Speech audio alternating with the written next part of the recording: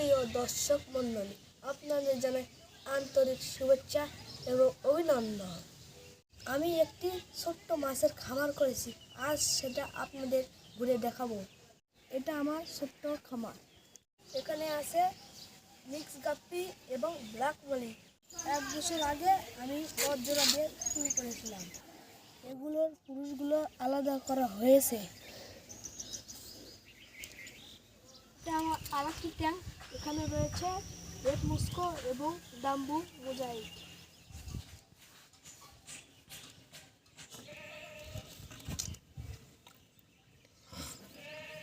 আর মাছের বাচ্চা ওই ট্যাঙ্কে রাখি। এগুলো হচ্ছে মিক্স গাপ্পির পুরুষ।